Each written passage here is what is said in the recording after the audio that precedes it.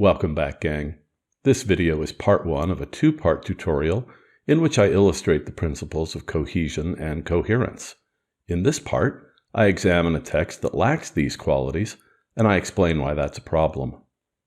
The tutorial is designed to accompany Lesson 5 of Style by Joseph M. Williams and Joseph Bishop. Please pause the video in a moment and read the passage on your screen. Note that the passage assumes you know the meaning of stormtroopers and Teutons. If you don't, here are some quick definitions you can look at. Even knowing the definitions, you might still find the passage a little confusing. So take a few moments to decide what's broken and how you might fix it. Are you ready? Let's look at sentence 1. The topic is Victor Klemperer, and the point being made about him is that he published a book called The Language of the Third Reich. That's pretty straightforward. The trouble starts in sentence 2. Right away, I noticed that it opens with a reference to the 3 different uniforms. This is information we have not seen before. It's not mentioned in sentence 1, and it's not mentioned in any previous sentences either. I also noticed that the sentence ends with a reference to the book that was mentioned in sentence 1. Williams and Bishop advise us to open a sentence with familiar information and end with the new information, what we might call the news. This sentence works in the opposite manner. It puts the news, the uniforms, before the old, the reference to the book. So the ideas might seem a little confusing at first. A little voice in your head might think, wait a minute, am I supposed to know about the uniforms already? You might be annoyed by the distraction. Let's move to sentences 3 through 5.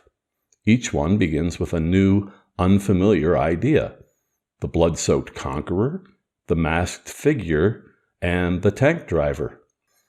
As readers, we are not accustomed to encountering the news in the first few words of a sentence. We don't have a context in which to understand ideas that way. So we might have a hard time understanding the way the ideas are supposed to fit together. The problem is especially bad here because it occurs in 3 consecutive sentences. So the passage lacks basic cohesion and coherence.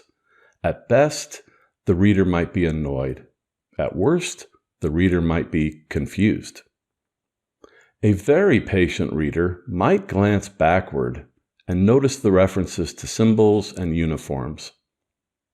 Such a reader might wonder if the blood-soaked conqueror, the masked figure, and the tank driver are supposed to be understood as symbols or uniforms. But that possibility creates 2 more problems. First, we've read nothing so far to indicate that either one of those readings is true. There is no sentence that says something like, the blood-soaked conqueror is a symbol, or the blood-soaked conqueror is a uniform. We might suspect that this is the case, but we can't be sure. Second, even if we give in to the temptation to believe one of these ideas, we can't know which meaning is intended. Is it the symbols, or is it the uniforms? We can guess, but we can't know. Let's move on to sentence 6. I see the word they. What does it refer to? The tank driver and the racing driver?